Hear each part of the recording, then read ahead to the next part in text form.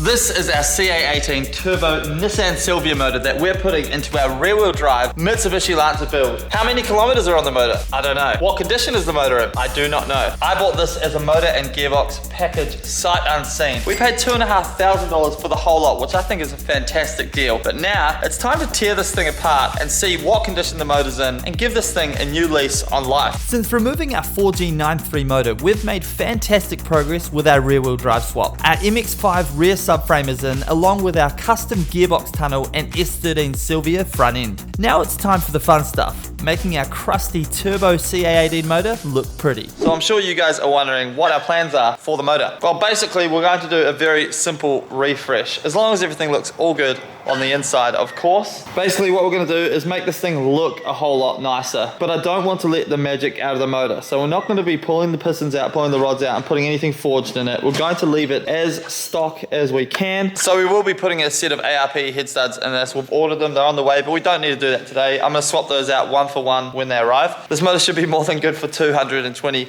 kilowatts, which is kind of what we're aiming for there or thereabouts. So what we're going to be doing today is basically what you call a rattle can reco. We're going to clean everything up, take it all apart, paint it. We've got brand new, all the heater hoses, new gaskets, we've got paint, and that's pretty much what we are going to need to make this thing look brand spanking new. So when we put it in a nice painted engine bay, it all just freaking looks the bomb. So one thing I'm super stoked about, SP Tools reached out and offered to send some tools out for the channel, and it was absolutely perfect timing for what we're about to do. So I've wanted an electric ratchet for a while now, but I haven't been able to bite the bullet and actually buy one. But luckily SP Tools sent one out for us, and it is absolutely spot on timing for pulling the CA18 motor apart. These guys have an insane catalog of tools. I got them to send out the 3.8 mini ratchet, and look at this thing.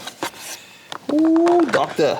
This thing is so sick. Come with a battery and a charger. This is one good looking piece of kit. Ooh.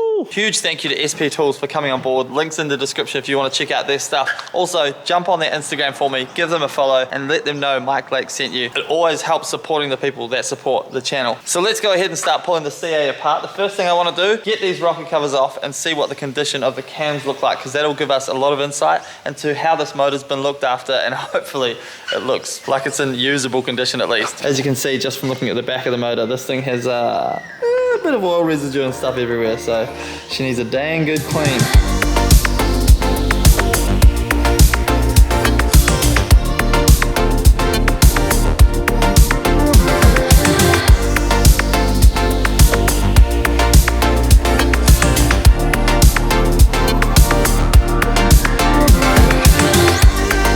So we have removed the first lot of stuff from our motor, and I've got to say, not confidence inducing so far. So I removed the coil packs, and down here where the spark plugs are, well, let's just say there's a lot of gunk. A bit of oil kind of residue in this one, so gosh knows what's been going on with this motor, but we can pull the valve cover off on this side now as well. I'm interrupting this awesome video to let you guys know that we've just dropped 2 brand new hoodies on droptheanchorclothing.com.au. Check these hoodies out. We've got the shark hoodie, it's got the sleeve print. Ooh, that design is fire. And we've got the Style Never Dies hoodie with the skeleton and the Porsche backwards cap. This thing is super rad. Embroidered logo on the front, nice patchwork here. These hoodies are insane quality. I guarantee this will be the highest quality hoodie that you buy. They're a custom oversized fit, so they're nice and big. They are so freaking warm. Jump on to droptheanchorclothing.com.au. They'll definitely sell out. Grab yours before they do. Support the channel. Thanks guys. Let's go. So, not terrible in here by any means. No real crazy scoring or anything on the cams, which is good. I can smell like a burnt oil smell, which doesn't necessarily mean anything, but the oil that was in this motor probably stayed in this motor for quite a while. Yeah, so it's not terrible, not amazing, kind of somewhere in the middle I would say, but those spark plug galleries definitely not good at all. Let's go ahead and pull one of the spark plugs out and see what they look like. Oh, would you look at that? It is terribly black. This thing has been running rich as all hell by the looks of things. But that is one dirty ass NGK spark plug. Here's plug number 2. Definitely not any better, probably a little bit worse. Fun fact, This is the first time I've ever disassembled a CA18 DAT motor. Although the intake system is an overcomplicated rat's nest of 90s emissions weirdness, it wasn't too hard to remove. Oof, look at all of that oil though. So we're doing pretty well so far. Intake manifold is off and you get a bit of a clearer picture on kind of what we're looking at here. A lot of oil. Most likely that's just from rocker cover gaskets though. It looks worse than it is. Yeah, there's things like loose, like these braces and stuff, which means that the that's one of the bolts holding the intake manifold on. So potentially, you know, vacuum leaks and stuff there. One thing we are doing with this motor is we're deleting a bunch of stuff because obviously it's going into our kind of semi-track drift car. So there are plenty of things that we don't really need, which is quite handy. A lot of them being the heater hoses. So the heater hoses on the CA are renowned for just being overcomplicated and failing. And when they fail, that's the reason these motors fail. And that's why they have a bad reputation with some people, I guess, is because if you don't replace all these 20-year-old hoses underneath the inlet manifold, all the water runs through those. So as soon as one splits, that's pretty much your motor done because you keep drifting, gets really hot, and game over from there pretty much. We're not running a heater core in this car, so we can basically delete that. We won't be running a bunch of the water hoses that go to our inlet manifold as well. So overall, we should be able to have this setup looking a whole lot tidier. Now, one other thing we will be deleting from this setup are these little butterflies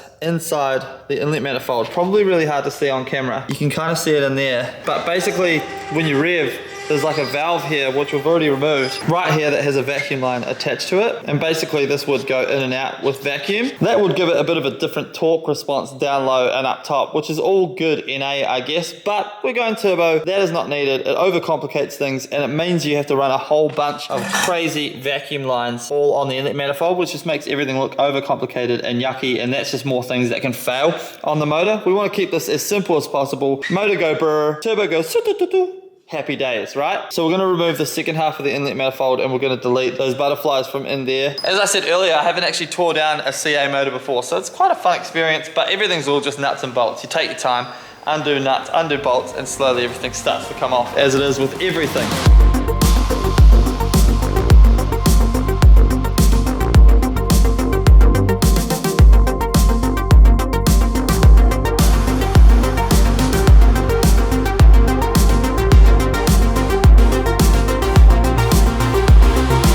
Something about like a 4-banger motor that looks so good when it's just bare and stripped down. But now what we're going to do, we're going to whip this outside and we are going to clean it. I'm leaving the spark plugs out, of course, so that we can clean the bores and the pistons as well. Just kidding.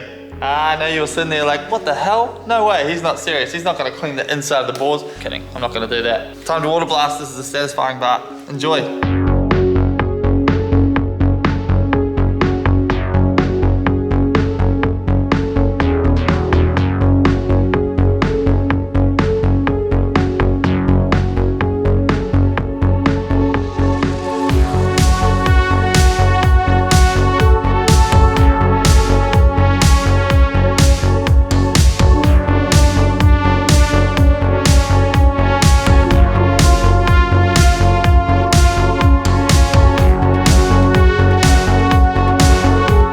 Look at that.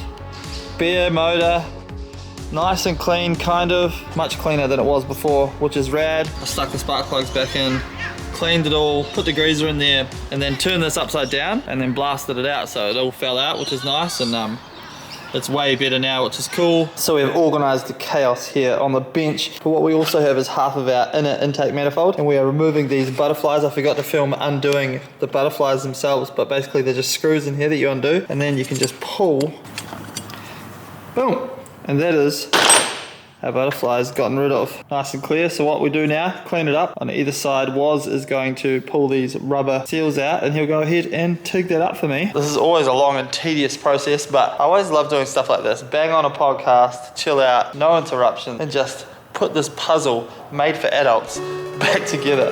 It's pretty good fun.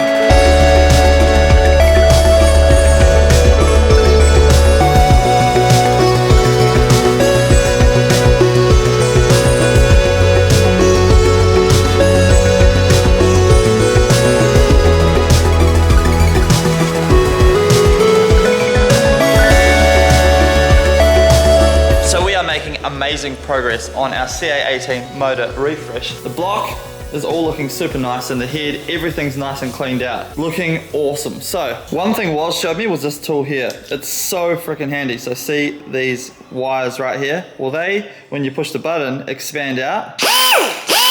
So cool. And that means it's really easy to go and clean the inside of your ports.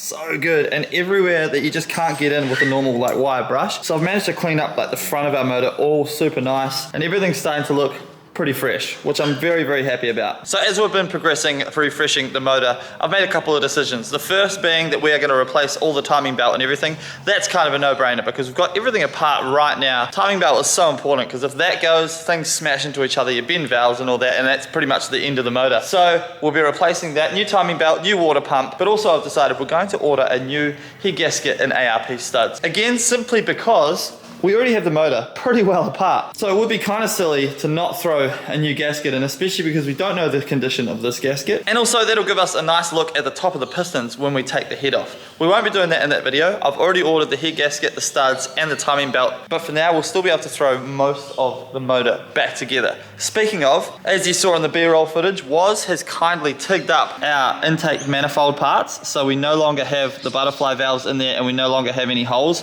in our intake manifold, which is super nice. So all the stuff sitting here on the cardboard is ready to paint silver. I like to paint my stuff silver because it comes out looking super fresh. I use this Duplicolor quick silver stuff and it works really nicely. It has a really nice factory look about it, so it doesn't look like you've painted it, it looks like you've cleaned it, which is really nice. And for the backing plate on our intake manifold, so that's this plate right here, it goes on the back and looks really ugly. We're actually deleting this completely. The only thing I needed of this was the line for the brake booster, so I've gone ahead and replicated it in a nice thick alloy plate that we're going to be chucking on the back of our motor, way tidier, and we've tapped in the line for the brake booster as well, so that'll go nicely on the back of our intake manifold and just look very, very tidy. With that being said, let's go ahead and throw some paint on some intake manifold stuff.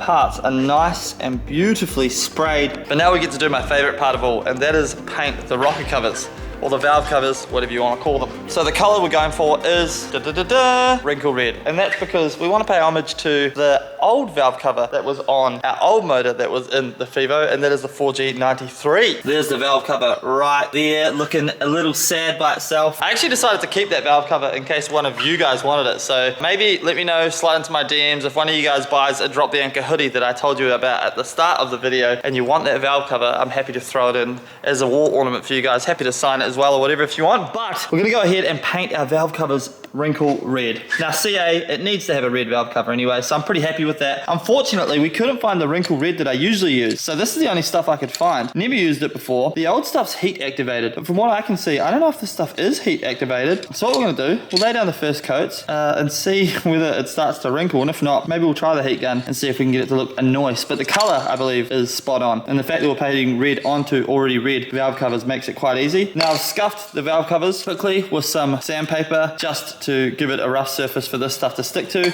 and then I've already gone ahead as well and done our prep wash wax and grease remover on the covers so that this paint lays down nicely. Wow, okay, I gotta give it to that stuff. It's pretty cool. It's not as like wrinkly, I would say it's more like textured paint, but at the same time it's really consistent, really easy to spray on, goes on super nicely. So it's called Car Rep Wrinkle Spray, Automotive Products. I got it at Autobarn, not sponsored at all, but really happy with the way that went on because the VHT stuff is really good, but it's very hard to get right and consistent because you use a heat gun to activate it, or you put it in the oven or whatever, and you have to get it like super perfect with the spray for it to wrinkle up nicely. Well, this is really easy to get consistent, and I don't know if you can see on camera, but it looks really nice. So we'll wait for that to dry, and then we can go ahead and slap stuff back onto the motor. Now we won't actually be officially mounting stuff on the motor today because I'm waiting for a bunch of gaskets and stuff to turn up, and I don't want to rush this, right? But we'll just tentatively bolt things up. But by the end of this video, for your satisfaction and mine, we'll at least have this dummy fitted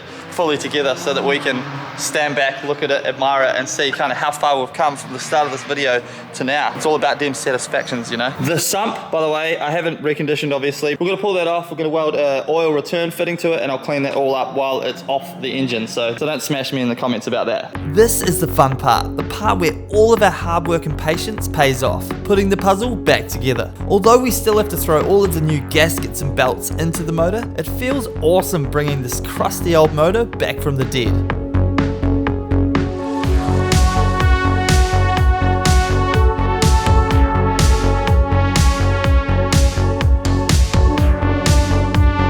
Look at that, we are getting somewhere with this. Starting to look fresh as hell. I honestly thought this would take like 2 hours. It has taken over 2 days, but nonetheless well worth it because it looks absolutely beautiful. But I wanted to do the next part live with you guys, not in a time lapse, because we're gonna slap these valve covers on. I've got brand new gaskets for them, but we are putting a new gasket in this, like I said, so they're gonna have to come straight back off very soon. So we're just gonna tentatively fit them for now with a couple of bolts, just so we can see what it looks like all together. But now let's fit our first valve cover. Let's see kind of what this is gonna look like. Ooh, man, this wrinkle paint, it just looks so good. I'm a big fan. Big fan. Ooh, 1.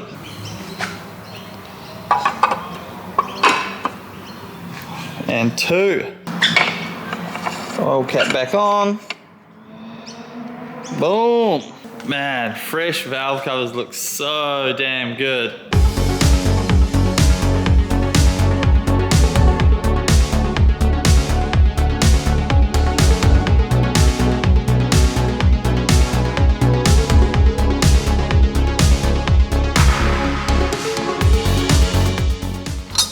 Boom, absolutely love this thing. And look at that. Tara's here. Tara, what do you think? Hey guys. Oh my God, it's insane. Ah, so good. Crazy what a little bit of paint can do.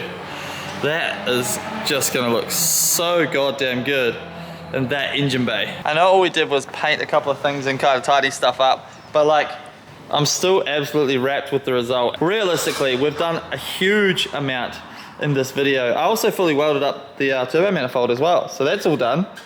So that's finished, which is freaking amazing. So realistically, slap a couple of things back in this, and then we can get the gearbox, put it on with the clutch and everything like that. The gearbox is over there on the shelf, by the way. I am gonna slap a bit of paint on that, just because like, we're undersealing the body of this, of course. You know, we don't want a dirty ass gearbox in our car, so it's just gonna look amazing once it's all back together, but freaking stoked. And because the engine looks so good, I'm absolutely attacking this engine bay again and fixing it up, because I want this thing to look perfect now that we have a beautiful motor to throw in it. So I will be cleaning all the welds up and everything like that. It's going to be a beautiful engine bay. That's going to be in the next video. I'm getting straight into that this week, so you guys should get pumped for that. But great result. Now all we have to do is cross our fingers that the internals of this engine are good to go. But I'm like 99% sure they are. Thank you guys so much for watching this video. Do me a favor. Hit that subscribe button, hit that like button, and come watch our videos. That's what we're talking about. I'm putting so much time, effort, and money into this stuff. So every little thing, of course, counts. Do your bit, help the channel, help us out. And I will see you guys in the next video. Guess what that next video is? It's to do with this BMW right here, but I can't show you because, well, you'll see it in the next video. Cheers guys, thanks so much for watching. Peace. I'm going home and watching movies and smashing some snacks. Bye. CA18, yeah.